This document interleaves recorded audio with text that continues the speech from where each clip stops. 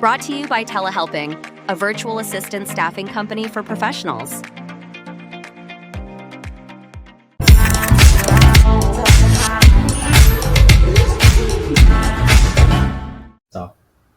Hello everyone, my name is Cody Hall and this is The Faces. Entrepreneurs are people too. I'm the founding CEO of Telehelping, virtual staffing organization, and the herein sponsor of The Faces podcast. So thank you so much for Telehelping, allowing me the opportunity to talk to great people like Chris. Chris, how are you doing today? Good, Cody. Thanks for having me on. I'm looking forward to it. No, I'm excited to end my week chatting with you, Chris. You know, a fellow podcaster, entrepreneur, which makes it mostly a really great, easygoing podcast. You know, I don't have to do a lot of anything except just conversation. That's right. That's how it should be. And that's why I started this podcast. You know, and that's why I do it at 9 o'clock my time when I do record, because who doesn't want to start their day with a calm cup of coffee and a good conversation? But before I get too far down that rabbit hole, please, Chris, you know, for those who are listening, tell us who we're chatting with here today. Yep, my name's Chris Flammang. I live in Southwest Florida, the Sarasota, Bradenton area. Married, have 4 kids, all teenagers, and I have a business with another guy, a really good friend of mine I've known for 25 years. We're in financial services, employ 10 people under our practice, and we serve a lot of mass affluent business owner clients, people that are trying to put money aside for their futures and making a lot of big decisions about what to do with their resources and their assets and don't want to mess it up. So now's kind of a timely conversation with all the tariff stuff going on. I am not going to be assessing the tariff to this podcast, Cody. That's why I invite. That's why I invite. Well, all right. Well, let's go ahead and close. Cancel. Right. I'm not. No tariffs on this podcast. Well, you know, listen, I've had some edgy conversations. It's okay. And, you know, we have a variety of folks who come on from all different backgrounds, political views and everything, you know, and, you know, just so everyone knows, I'm in support of the tariffs. You know, I think sometimes you got to break an egg to make an omelet, and that's coming from a trader. And to be honest with you, the tariffs, they've cost me money. All right. Yeah. They've got, you see this little red screen behind me? That thing goes down all day. So long-term impact, big, but, you know, short-term has its opportunities as well. Yep. So Sarasota, you know, what are you doing besides helping people avoid, you know, the impact of the financial markets and things like that? What do you do for fun? A lot of my world is revolved around my family because I still have kids that live at home. So their activities, I'm very invested in that. I consider one of my biggest responsibilities as a human is being a parent. And so that's, you know, other than my marriage to my wife, that's my biggest responsibility. And we'll get into that maybe a little bit later, but I want to make sure that the proper time and also the proper priority is given to the things that really matter in life. So a lot of that stuff revolves around spending time with my kids, investing in them and their activities. If I do have some extra moments, I do like to golf, although that can be time consuming and it's a little maddening. And I picked up the bass guitar about 3 years ago, and I like to read a lot. I like music, and then I really enjoy friendships, you know, investing in friendships and people. No, that is very important. You know, I count wealth by relationships myself. And so some of the greatest connections I have that blossomed the friendship have made the greatest amount of wealth. And so, and it all started by having a genuine interest in somebody, you know, and that's interesting because one thing I recently said is, you know, I like playing tennis, not golf. I do drive a mean golf cart though, for the record. However, if you want to lose some balls, I'm your man. So, but I'm more of a tennis player, and you know, I get to my friends that I play tennis with. You know, we don't go outside that, but I've also made some really great business connections on the courts, right? And, you know, and I never wanted that at all. I was just going there to slam some balls. But you have to, you know, see outside of just getting behind the computer and chasing the dollar. As I always say, if you chase the dollar, you'll never catch it. Right.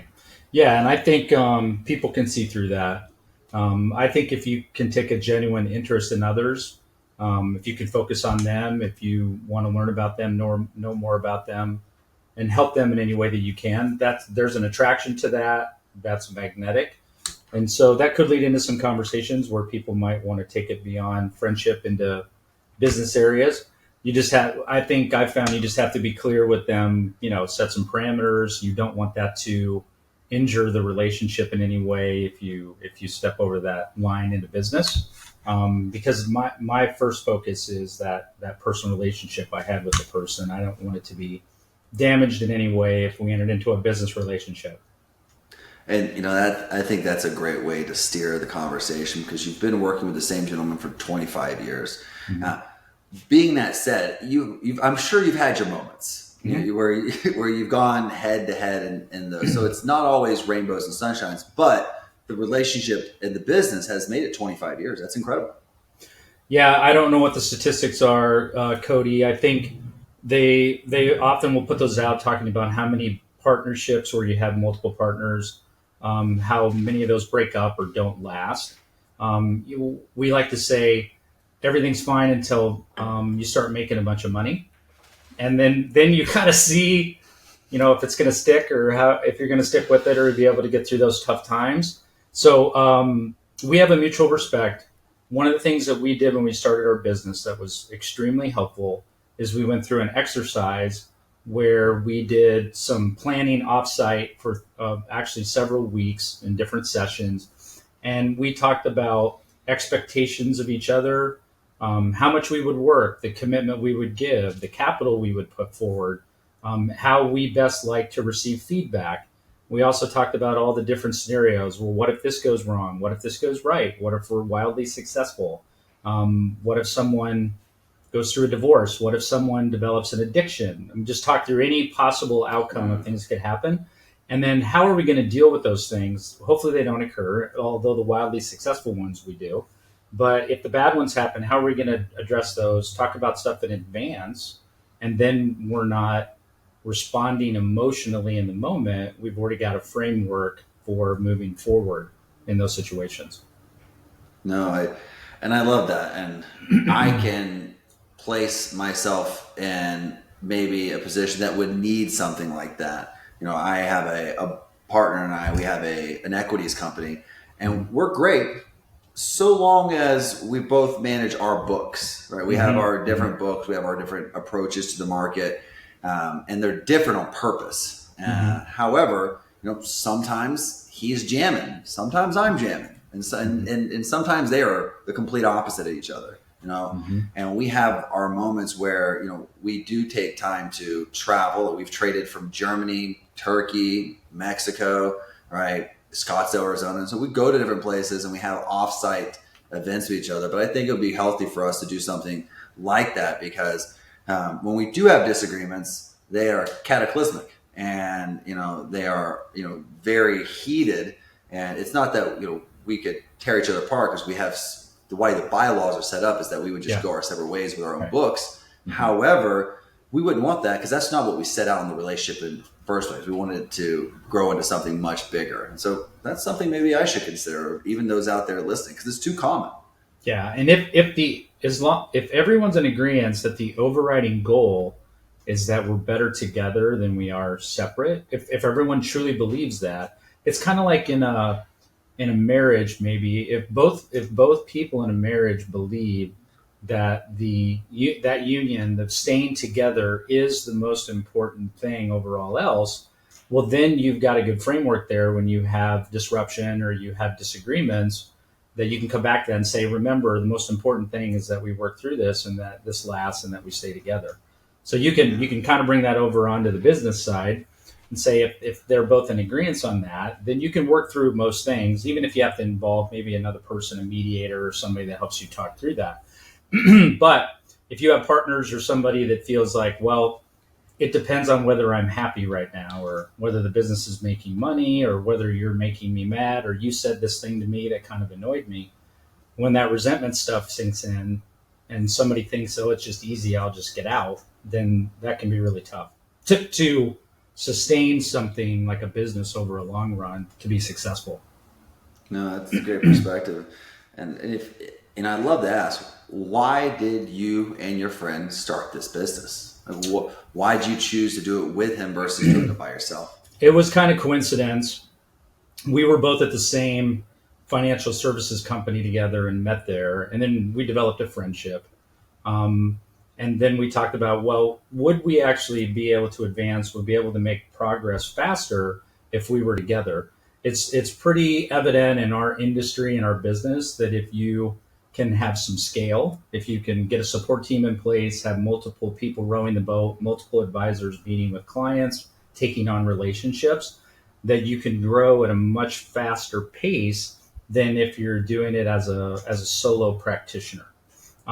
So that was the main motivator, and we liked each other, and I'm a guy, so it's fun to hang out with people that you like, that you enjoy being around. So him being a really good friend of mine is obviously a good benefit, but then also us each knowing what our roles are in running the company, staying in our lane, trusting the other person. That's really important too. Yeah, no, that's a huge piece, the trust thing. One thing that we developed early on is that unless otherwise given, what we refer to as a trade plan, right? Mm-hmm. If I'm absent, like I'm getting ready to have another kid here soon, right? Mm-hmm. I have open positions for the next, year really. Mm-hmm. And they could change considering the current market they have, mm-hmm. right? Mm-hmm. My positions 2 months ago when we were closer to, the 6,000s in the SPX are much different than they are today, ever closer to 5,100. Mm-hmm. But we have a trading plan. Other than that, we never close each other's positions. And so, because we've had that happen before, they say the reason, warning labels exist is because someone did it. And, we've like, hey, listen, don't close that position. I had a plan for that position. I had it mapped out. And so we have those relationships as boundaries and oftentimes they come from overstepping, or maybe even if it was with positive intent, sometimes, it doesn't mean that it's always going to be taken in a positive light. Yeah. It's kind of like sending a text message and then you send it and you think, oh, I wonder how they're going to take this, because the text messages, you can lose the context in the message. And then you feel like you have to call the person and I know I just sent you that text, but this is what I meant in case you took it in a different way. Some things you can't say over text. And right. so absolutely. It's just, and I love text messaging. There's a trend happening, and maybe it's this generation, right? And then people in my generation are catching it, like voice memos. Like if you're mm-hmm. going to send me a 1-minute voice memo, just call, right? I don't want to listen to your voice and not be able to respond. Or if you're going to send me a text message that's more than 3 lines, just call me, or just like, let's have a conversation. And so that's a big thing for me, because some people it's really big on WhatsApp, is really big about sending voice memos. Mm-hmm. It's just, mm-hmm. I haven't gotten to it. I just rather have an old fashioned conversation. And I have clients that are all throughout Vegas where I'm at right now. And when I'm in Vegas, they want to have a meeting. Like, let's get a cup of coffee. Mm-hmm. If you're in Summerlin, Nevada, and I'm in Summerlin, Nevada, I don't want to have a Zoom call with you. Mm-hmm. like if we have the time, let's go sit across the table from each other. Yeah, there's no replacement for that, for one-on-one in person. Still the best way to get things done. I agree, and it builds lasting relationships. I have a relationship with a gentleman that does fractional CFO work. He runs a firm that does fractional CFO work. He and his firm make lots of referrals to telehelping because we work in the accounting and finance space. Likewise, we work with hundreds of companies who at times need a CFO, especially when they're heading towards acquisition. Yeah. At any point in time, we have 1 to 3 companies that are being bought or sold. Mm-hmm. And so when you're gearing up towards that direction, the first thing you need to have in line is your books, because that's where your value is coming from, right? And so we have a great relationship. I have I lean towards him, not because, I don't know if there's better CFO firms out there, but we have a relationship because every time we meet, we sit down and have coffee. Mm-hmm. He's a great guy. Yeah. Well, and if, you talked about going to a liquidity event or maybe some kind of a liquidation in the business, you've got to have the books have got to be in order. And as you know, that can affect the value of the business all over the place. It really can.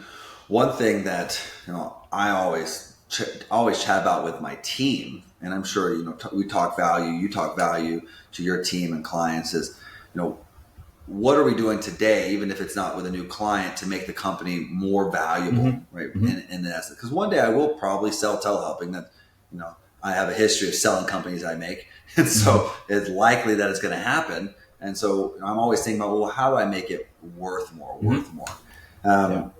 How do you have those conversations with, say, your clients? Let's chat more about what you're doing specifically for them in terms of value. Well, are you talking about business owners that they're trying to work towards some kind of a liquidity event or something like that? Okay. Yeah. So I think it's two things. One is one you mentioned, which is having the mindset as a business owner as, what decisions am I making today strategically that's going to equate to a greater value when I want to have that monetization or that liquidity event in the future.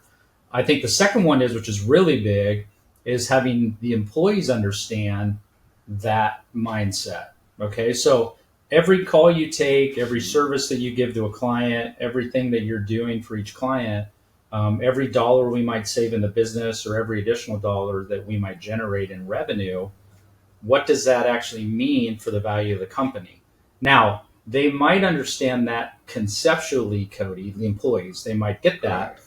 But the even bigger impact is if the business owner is able to tie that to some kind of incentive or compensation that employee may enjoy when that liquidity event happens, right? So if I can say to an employee, I'm making these decisions, it's going to drive the value of the business, you have an impact on this, and there's going to be a financial impact to you, money that you wouldn't otherwise be able to save probably on your own at that time.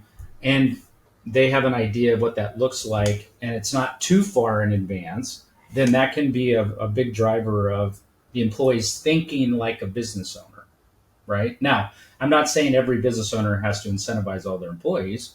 They may just have a powwow with everybody and say, hey, we're trying to work towards this. I want to tell everyone to think like a business owner because it's going to drive the value. But I think if that doesn't equate to something that they see as a benefit to them for the employees, then you can have the conversation and speech, but it may not like register with them. They'll forget it that weekend. My boss said we need to do a good job because it'll help them with the value of the business. So it may not be very motivating, but if it can be tied to something, either monetarily, maybe it's time off, or they celebrate a success by taking a Friday off and doing this. Those are the things that really help maintain the employees and make them happy to work there. No, and I agree. You have to tie the actions of the employee to an incentive that's driving the company. Mm-hmm. And, we're probably, and it'd be hilarious if some of my employees watch this because we send out homework every week. They have to watch at least one podcast. There's a reason to that. And it's because most of the people in the podcast they match the avatar of our clients on purpose, because we do the podcast because I want to understand who I'm working with more frequently. Yeah. And so, and I have clients on here all the time. I don't identify who they are. However, I don't want people poaching my clients. However, we have clients come through all the time, but it gives me an incredible opportunity to sit down with people who are very much like the people at telehelping. And then my folks on the team, whether they're in operations or finance or marketing that aren't directly touching a client, they get to know who it is we're serving better, right? Mm-hmm. They get to sit down and like, oh, the Chris's of the company. Like, we know what this man is, what's he saying. We understand that he's a family man as well. He's trying to make a living. And so our actions are in direct support of him. And so I oftentimes joke to the Marine Corps analogy is everyone in the Marine Corps is a war fighter. However, there's only one job in the Marine Corps. There's only one particular job, and that's the infantryman, whose job it is to actually fight. Like, his job description is to close with and destroy the enemy by firing and maneuvering or close combat. Like, that is his job. Everyone else's job, regardless of your job, is to support that person. Right. And so, and that's what telehelping is. Our infantry person is our client. Everything we do should be to make their life easier.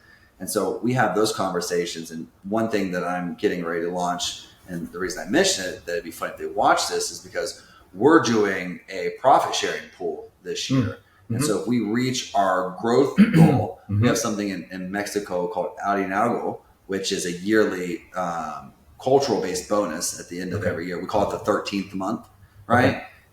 And what I would do is I'm going to divide it based off tenureship at the headquarters company. I'm going to divide that profit pool down to people so that they can, which will be substantially larger than a normal yearly bonus. Yeah. And all because like if we reach this client goal or this revenue goal, you know, we all succeeded. You helped me succeed. Here's your reward for it. Yeah, that's and that way they can attach their action. Like, well, I'm doing this today because at the end of the year, I'd like a really big bonus check. Yeah. So it's important. Right. And then everyone's rowing in the same direction. Yeah, very correct. Very correct. And same direction is difficult sometimes. Yeah. So as I'm sure you know, because, you know, you have marketing, right? Sales and marketing. Well, for this purpose, we'll bash them together. You know, they're trying to get as many people on as possible, right? They're trying to make those sales. And then you have account management who is just trying to retain, right? And normally sales is like, I don't care what happens after that contract is signed. So maybe they bring on a bad contract. Maybe they bring on someone who's not going to stick with the company. And now you have someone over here who's struggling to maintain, and they're getting their metrics may be impacted because they have an attrition rate that's higher because it was a bad sell. Yeah. Getting those two people on the same boat to be like a good client for me needs to be a good client for them. And then I need to make sure I keep the people they bring on board so the ship can grow up. Yeah, no, I agree. Alignment is difficult at larger companies too. Yeah. And I wonder, like, with your organization, does sales and marketing have like an ideal client profile where, you know, this is an ideal client this is for us? Yeah, sometimes it's hard to answer all the questions correctly and they say all the right things. And so you onboard the person, then you don't find out till after the fact, maybe they weren't a good fit. We have a no a-hole policy.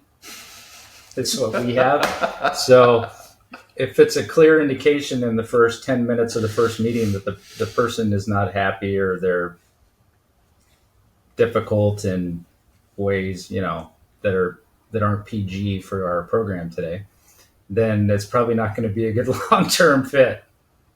And what an incredibly mature way of looking at business. And not all money is good money. Right.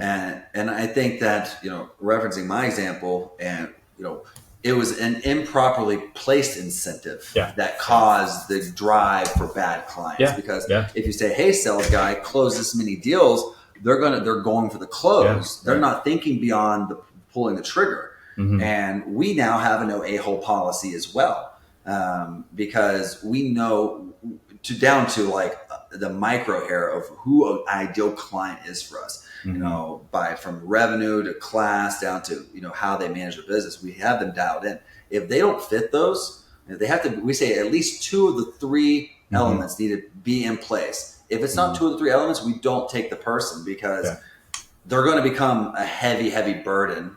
All right. Because, and then you have a clog in the system. It's nothing against them. There's someone that will service them. It's just not going to be us. Right. I love that. And so what is, speaking of client avatars and profiles, and this is not podcast interviewing me, tell me, who is your avatar? Who is your ideal client? Well, it's not so much around, I mean, obviously it has to make sense from a revenue standpoint for it to be profitable for our business to have that relationship. So we do have, what you want to call them, minimum revenue requirements when we take on a relationship. What I'm more interested in is the personal factors in that person's situation. So is it clear that they are seeking advice and want advice from a professional? Okay. Do they have their stuff together and can they get it to us, their, you know, financial information, and are they serious about doing that? When we give them recommendations, are they going to implement them and follow them? If they're just looking to get some ideas from somebody and then they'll figure out if they want to implement them or not, I could do that for a flat fee, like a one-time arrangement, but that isn't really a relationship that I'm maybe most interested in over the long run. And the other thing is, you know, do they have the resources to be able to put towards the achievement of their goals, and are they going to stick with it through good times and bad? So You have a lot of people maybe that are high earners, but they don't have quote unquote assets. And there's different ways that financial advisors can work with people in our industry. That's completely fine because those people need help too, and they definitely need advice from a financial standpoint. So we have a way that they can work with them. So if the potential is there, I can see that they're serious about it. They're going to follow advice. They're going to listen, and they want a trusted person to help guide them through these decisions. Then that's a good candidate for us to work with. No, that's great. No, and you're right. High earners, high net assets don't always go hand in hand, right? Mm-hmm. I've been high earner and no assets, and I've been a lot of assets and I've had no earnings. Yeah. So sometimes I've been in the middle. And so that's a great perspective. Is there a particular niche industry or group that you work with? Yeah, so we there's a percentage of our clients that are business owners that are kind of in preparation in maybe the next 5 to 7 years for some kind of a sale or liquidity event. So we have a niche there. We also have a niche with people who are usually 5 years or less from transitioning into retirement. So they've done a really good job of saving, but they need to figure out how they're going to take that pool of assets or investments and convert that into duplicating their current lifestyle without concerns over running out of money. And they don't want to make any bad decisions about either Social Security or Medicare or their investments or their estate planning as they're transitioning into retirement. So part of it is giving them the recommendations, invest here, do this, do that. But the other part is, here's some blind spots or things that you weren't thinking about that I see that you need to get taken care of to make sure that your whole financial situation is buttoned up.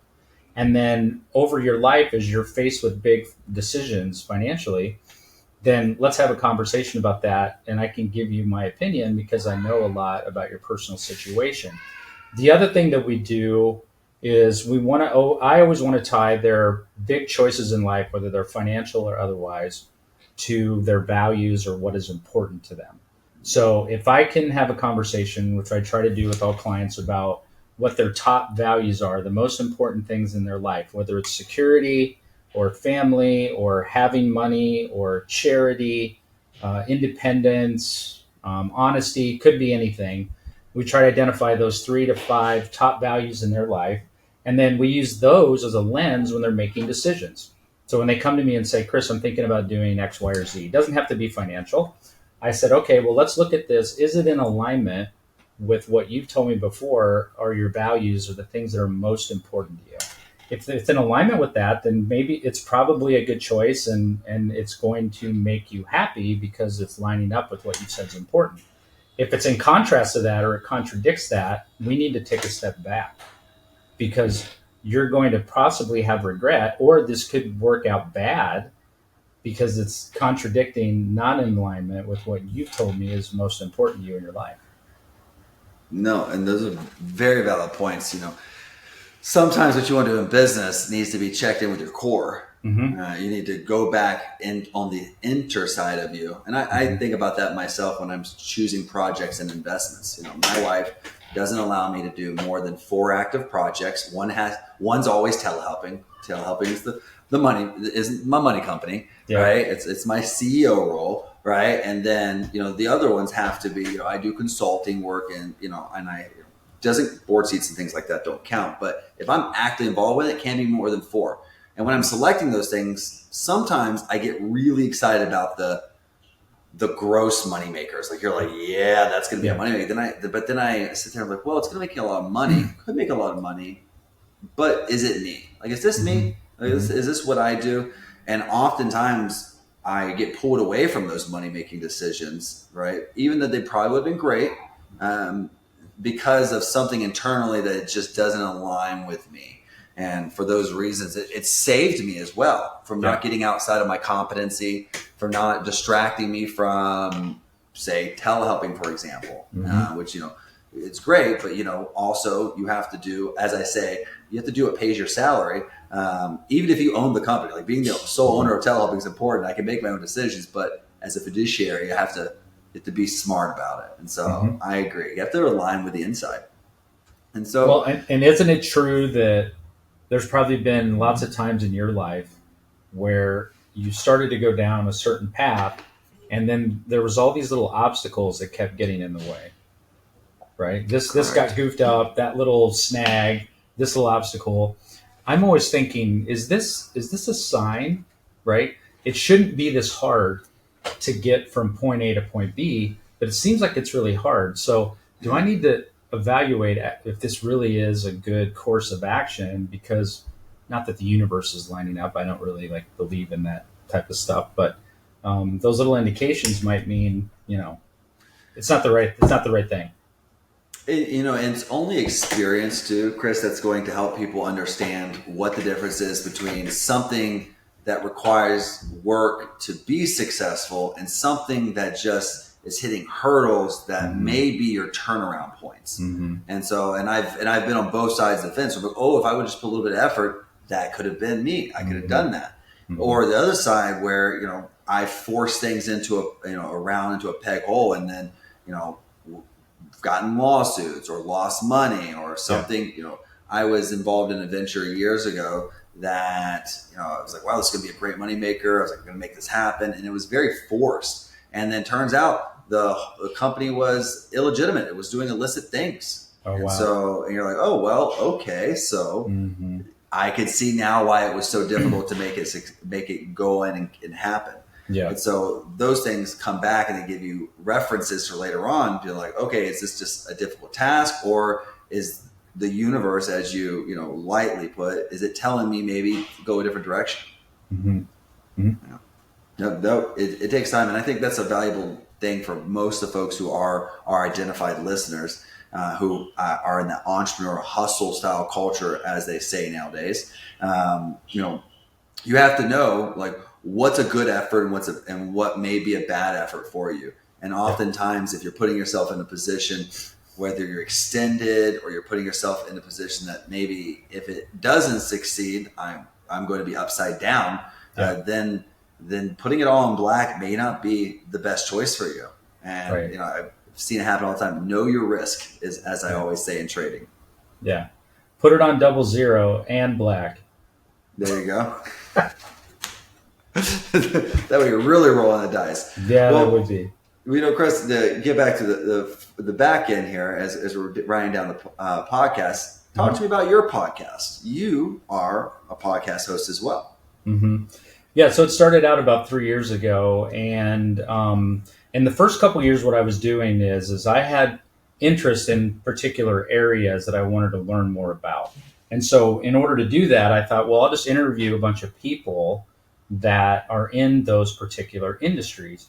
So the first group that I did is I wanted to know a lot more about estate planning tactics. And so I interviewed a bunch of estate planning attorneys who did that work. And then from those conversations, a book came out of that, which was a summary of those conversations.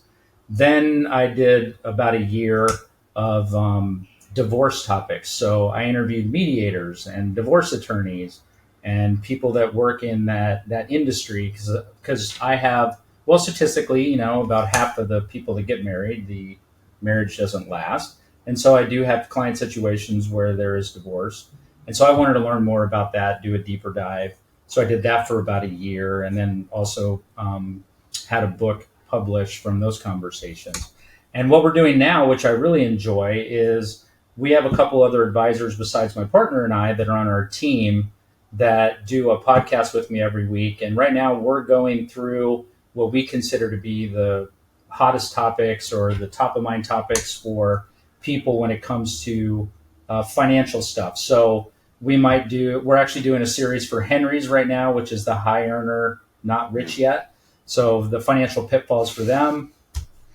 We'll do estate planning topics. We're talking about backdoor Roth IRAs for people that can't afford to, or that make too much money to do one normally. So they're about 6 to 12 minutes, and it's the three of us back and forth, fast pace, asking questions and giving answers. And we're putting those out there to our client base and also to the people that are subscribed to the podcast and people that want to get information from it. And it's really fun because I always pick something up. I'm always learning something. And what I'm hoping to do is kind of pass that off to Armando and Colin, where they can kind of run with it. But I'm still the, the elderly dog in the pack. But I love the purpose of learning, and I can say I probably can't count how many valuable lessons I've taken back to the team, or the team has taken back, because we have round tables once a week where we do breakout sessions and we talk about podcasts and we share what we brought from them. Where I've learned something about accountants that has dictated a policy within the organization. Whereas CFAs, like I've learned something about their industry, about them that we've taken back. And like the same for accountants. And it's just been really great. It's allowed us to learn, not only me, the host of the podcast, but I turned this to an educational experience for the team. And it's, it's just been a wealth of knowledge, being able to, so much you can learn, people, everyone listening, just by sitting down with someone who's done it, right? Who's sat in the chair and who's driven, who's made the wrong turns. And I've spoken with folks who are day one of their business, and I've spoken with folks who are 35, 50 years into it. And it's just so much that can be transferred over to you just by having a warm, open conversation like we do here on the Faces. And like you do, talking and targeting those themes. I love it. Well, and you've heard this. This is not my quote. The learners are the ones that are going to own the future. So if you might not have like a natural affinity towards wanting to read and learn and listen to stuff, but you can still develop that muscle. And the person or the business owner or the people who think that they know everything that there is to know, or that they know enough, I think they're going to fall behind in the future. And I worry a little bit about the younger generations, just because it seems like all the content that they consume is, it's a video. I'm not saying all, but not all kids.